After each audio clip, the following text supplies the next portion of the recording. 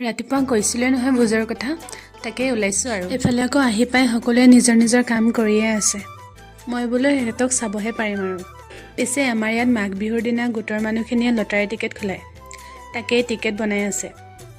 ময়ো বোলো অলপ সহায় কৰি দিওঁ আৰু। এই বগা কাগজখিনি দেখিছে নহয়, ইয়াতেই আছে সকলোকেইটা প্ৰাইজৰ নাম। এফালে আকৌ বগা কাগজকেইটা উঠাব, আনফালে হালধীয়া কাগজকেইটা। আপোনালোকে চাগে জানেই, মইহে প্ৰথমবাৰ দেখিছোঁ। আৰু চবকে কৰা দেখি মইনো কিয় পিছ পৰি ৰওঁ বুলি ময়ো গ'লোঁ। পিছে কপাল কি দেখিছে, লোকৰ কাৰণে একেবাৰে পটককৈ ফুটে। নিজে যদি কিবা এটা লওঁ, কি ক'ম। এফালে আকৌ প্ৰাইজকেইটা ইয়াতে থিয় কৰাই থৈছে। তাৰ পাছত আহিলোঁ মই চিত্ৰাংকন প্ৰতিযোগিতা চাবলৈ।